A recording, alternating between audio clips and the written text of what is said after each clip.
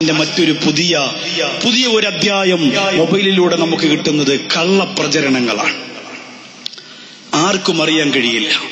ഇന്ന് അതിന് കുറെ മുസ്ലിം ചെറുപ്പക്കാരാണ് അതിന് കൂട്ടുകൂടിയിരിക്കുന്നത്. എന്താണ്? ഖുർആൻ ചവിട്ടിയത് കൊണ്ട് അവന്റെ കാലിങ്ങനെയായി. ഒരു പടം ഖുർആനിൽ ചവിട്ടിയത് കൊണ്ട് അവന്റെ കാലിങ്ങനെയായി എന്ന് പറഞ്ഞിട്ടൊരു പോത്തിന്റെയോ ആനയുടെയോ കഴുതയുടെയോ കന്നുകാലിയുടെയോ കാല് ഒരു മനുഷ്യന്റെ കാൽച്ചോട്ടിൽ വെട്ടി ഒട്ടിച്ചിട്ട് അവൻ ഖുർആൻ ചവിട്ടിയത് കൊണ്ട് അവൻ ഇങ്ങനെയായി. മദ്രാസിലായിരുന്നു സംഭവം കഴിഞ്ഞ ഫെബ്രുവരിയിൽ. എന്നിട്ട് ഇങ്ങനെ ഫോട്ടോ കൊടുക്കും. ഇത് ചെറുപ്പക്കാരന്റെ വാട്സപ്പിൽ വരുമ്പോൾ അവൻ എല്ലാവർക്കും അയച്ചു കൊടുക്കും. നിങ്ങൾ സൂക്ഷിക്കണം. അങ്ങനെ ഒരു ദീനി പ്രചരണം ഇവിടെ ആരും നടത്തണ്ട. അങ്ങനെ ഒരു ദീനി ദേവത്തോടെ ആരും നടത്തണ്ട. ഖുർആനെ ചവിട്ടിയാൽ അവൻ അള്ളാഹു കൊടുക്കും. പക്ഷെ അത് ലോകത്ത് വെച്ച് ദുനിയാവിൽ വെച്ച് കോലം മറിച്ചെന്ന് പറഞ്ഞുകൊണ്ട് നിങ്ങളുടെ മുന്നിൽ വരുന്നത് കള്ളച്ചിത്രമാ. ഒരിക്കലും അതിനെ പ്രചരിപ്പിക്കരുത്. എന്റെ ഈ വീഡിയോ റെക്കോർഡ് ചെയ്യുന്ന കമലാ സുരയ്യയുടെ പ്രിയപ്പെട്ട പ്രവർത്തകരോട് പറയുന്നു, ഈ പ്രസംഗത്തിന്റെ ഈ ക്ലിപ്പ് മാത്രം ലോകം മുഴുവനും കാണട്ടെ, ലോകം മുഴുവനും കാണട്ടെ.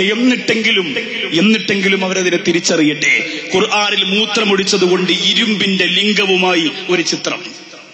ഖുർആനിൽ മൂത്രമൊഴിച്ചു. അത് ഫ്രാൻസിൽ നടന്ന ഫാഷൻ പരേഡാണ്.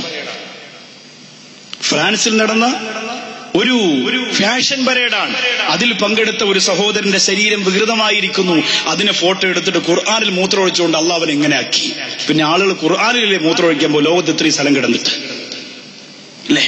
പിന്നെ സിനിമാ നടികൾ റിമാ കല്ലിങ്കൽ മുസ്ലിമായി, സീമാ കല്ലിങ്കൽ മുസ്ലിമായി, ദിലീപ് ഹജ്ജിന് പോയി, മമ്മൂട്ടി ദുഹാനിസ്കരിക്കുന്ന ഫോട്ടോ എന്നും പറഞ്ഞു കുറെ വൃത്തികേടല്ലാത്തതും ഒക്കെ എടുത്തങ്ങോട്ട് ഒട്ടിച്ച് വാട്സപ്പിലൂടെ പ്രചരിപ്പിക്കുമ്പോൾ നിങ്ങൾ അത്രയും വലിയ ദൈവത്ത് ദയവ് ഇത് നടത്തണ്ട. എന്തൊരു ദീനിന്റെ താല്പര്യമാ ഉസ്താദേ. കണ്ടില്ലേ, സിനിമാ നടി മുസ്ലിമായി. ഞാൻ പറഞ്ഞില്ലേ, നീ പറഞ്ഞത് കേട്ടിട്ടില്ലേ അവള് മുസ്ലിമായത്. എന്തൊരു ഇളിഭ്യതയാണ് സഹോദരൻ. നമുക്ക് അങ്ങനെയുള്ള വളർച്ച വേണോ? ആരംഭ റസൂലിന്റെ വീട്ടിൽ ഒരു ജൂതനായ മനുഷ്യൻ വന്ന് കിടന്നു.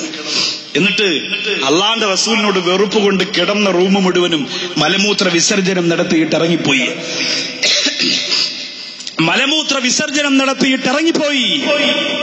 ആ സഹോദരന്റെ വിലപ്പെട്ട ഒരു സാധനം വെച്ചു മറന്നുപോയി.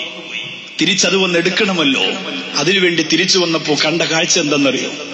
മാണിക്യമുത്ത് നബിയുനാ മുഹമ്മദ് മുസ്തഫ സല്ലല്ലാഹു അലൈഹി വസല്ലം തന്റെ കൈകൊണ്ട് ആ ജൂതനായ മനുഷ്യന്റെ മലവും മൂത്രവും വൃത്തിയാക്കിക്കൊണ്ടിരിക്കുകയാണ്. ആ മനുഷ്യൻ അവിടെ നിന്ന് അശ്ഹദു അല്ലാ ഇലാഹ ഇല്ലല്ലാഹ് വഅന്ന മുഹമ്മദ് റസൂലുള്ളാഹ്, എനിക്ക് ഈ മുത്ത് റസൂലിന്റെ നേതാവായിട്ട് വേണം, എന്റെ ജീവിതത്തിന്റെ ഒരു ആദർശവും എനിക്ക് വേണ്ട എന്ന് പറഞ്ഞിട്ട് അള്ളാഹുവിന്റെ ദീനിലേക്ക് കടന്നു വന്നെങ്കിൽ അങ്ങനെ ജീവിച്ച് കാണിച്ചിട്ട് 10 പേര് ഇസ്ലാമിലേക്ക് കൊണ്ടുപോവാ. യൂട്യൂബിലിട്ട് കുത്താതെ ഇങ്ങനെ ജീവിച്ച് കാണിച്ചിട്ട് 10 പേര് ഇസ്ലാമിലേക്ക് കൊണ്ടുപോവാ. വാട്സപ്പിലൂടെ അവള് മുസ്ലിമായി, അവള് പ്ലെയിനിൽ പോയപ്പോ അവിടെ മക്കയുടെ ഫോട്ടോ ഉണ്ട് എന്നും പറഞ്ഞൊക്കെ ഇങ്ങനെ കൊടുത്ത് പെറയിൽ അല്ലാഹു അക്ബർ, അവിടെ അല്ലാഹു എഡിറ്റ് ചെയ്താൽ ലോകത്ത് എന്തും നടക്കും. ഒരു മനുഷ്യൻ കമ്പ്യൂട്ടറിന്റെ മുമ്പിൽ നിന്ന് എഡിറ്റ് ചെയ്താൽ ഇപ്പോ ഈ സ്റ്റേജിന്റെ പുറകിൽ അല്ലാഹു എന്ന് എഴുതി കാണിക്കാൻ പറ്റും.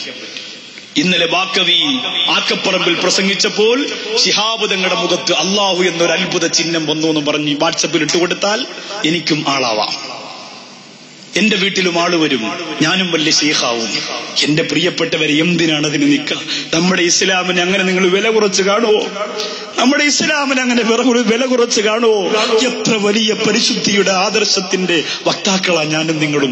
നമ്മൾ എന്തിനാണ് അതിനെ സ്വയം നശിപ്പിച്ച് കളയുന്നത്? അതിന്റെ പവറും അതിന്റെ ഭംഗിയും കൂടട്ടെ. നമ്മളതിനെ പ്രചരിപ്പിക്കരുത്. വേദനയോടുകൂടി പറയുകയാണ്, ഇതിനെ പ്രചരിപ്പിക്കരുത്, ഇതിനെ അവസാനിപ്പിക്കണം. ഇതൊന്നും ലോകത്ത് നടന്നിട്ടില്ല.